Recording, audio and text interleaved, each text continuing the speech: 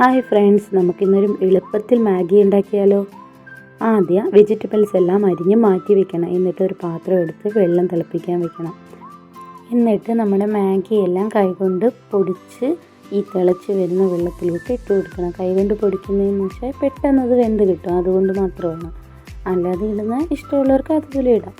ഇതാകുമ്പോൾ കുഞ്ഞു കുഞ്ഞായിട്ട് കിട്ടും. ചാരുമൊക്കെ ഏറ്റവും ഇഷ്ടം കുഞ്ഞു കുഞ്ഞായി കിടക്കുന്നതാണ് ഇഷ്ടം, അതുകൊണ്ടാണ് ഞാൻ കൈകൊണ്ട് പൊടിച്ചിട്ടത്.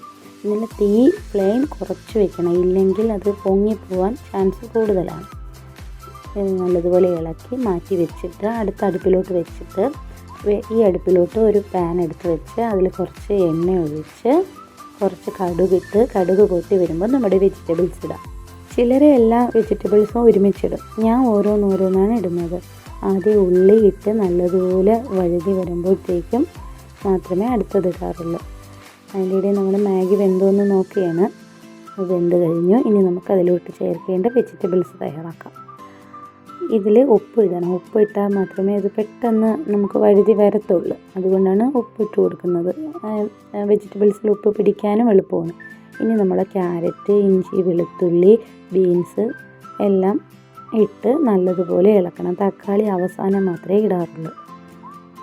അതിലും കുറച്ച് ഉപ്പിട്ട് നല്ലതുപോലെ ഇളക്കി അടച്ച് വെച്ച് വേവിക്കുമ്പോൾ പെട്ടെന്ന് വെന്ത് കിട്ടും കേട്ടോ. അത് നമുക്ക് തക്കാളിയൊക്കെ ഇട്ടതിന് ശേഷം നമുക്ക് അടച്ച് വയ്ക്കാം. ഇനി അതൊന്ന് നല്ലതുപോലെ വെന്ത് വരുന്ന സമയത്ത് നമുക്ക് വേണ്ട തക്കാളി ഇടാം. തക്കാളി ഇട്ട് നല്ലതുപോലെ വെന്ത് വരുന്ന സമയമാകുമ്പോൾ നമുക്ക് നമ്മൾ മാഗി ഇടേണ്ടത്. അതിന് വേണ്ടി അടച്ച് വെച്ച് വേവിക്കണം. കുറച്ച് കഴിഞ്ഞ് അടപ്പെടുത്തതിന് ശേഷം നമുക്കൊരു മുട്ട അതിലോട്ട് പൊട്ടിച്ചൊഴിക്കാം. മുട്ട പൊട്ടിച്ചൊഴിച്ച് നല്ലതുപോലെ ഇളക്കി ഇനി നമുക്ക് കുറച്ച് മസാല അതിനകത്ത് ചേർക്കാം. മുളക് പൊടി, മഞ്ഞൾപ്പൊടി, കുരുമുളക് പൊടി ഇതെല്ലാം ചേർത്ത് നല്ലതുപോലെ ഇളക്കിയതിന് ശേഷം നമ്മൾ വേവിച്ച് വെച്ചേക്കുന്ന മാഗി അതിലോട്ട് ഇട്ട് കൊടുക്കാം. അത് നല്ലതുപോലെ ഇളക്കണം, എങ്കിൽ മാത്രമേ മസാലയും നമ്മൾ വെജിറ്റബിൾസും എല്ലാം മാഗിയിൽ പിടിക്കത്തുള്ളൂ. ഇതെല്ലാം നല്ലതുപോലെ ഇളക്കിയതിന് ശേഷം നമുക്ക് കുറച്ച് മാഗി മസാല അതിലിട്ട് കൊടുക്കാം. കുറച്ചിട്ടാൽ മതി, നേരത്തെ നമ്മൾ മസാല ഇട്ടത് കൊണ്ട് കുറച്ച് മാഗി ഇട്ടാൽ മതി.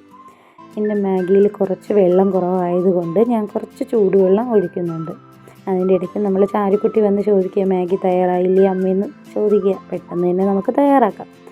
ഇനി ഇതിൽ വെള്ളമെല്ലാം വറ്റി വരുന്ന സമയത്ത് നമുക്ക് അതിലോട്ട് കുറച്ച് മല്ലിയില വിതറി കൊടുക്കാം. ഇപ്പോൾ നമ്മുടെ സ്വാദിഷ്ടമായ മാഗി തയ്യാറായി കഴിഞ്ഞു.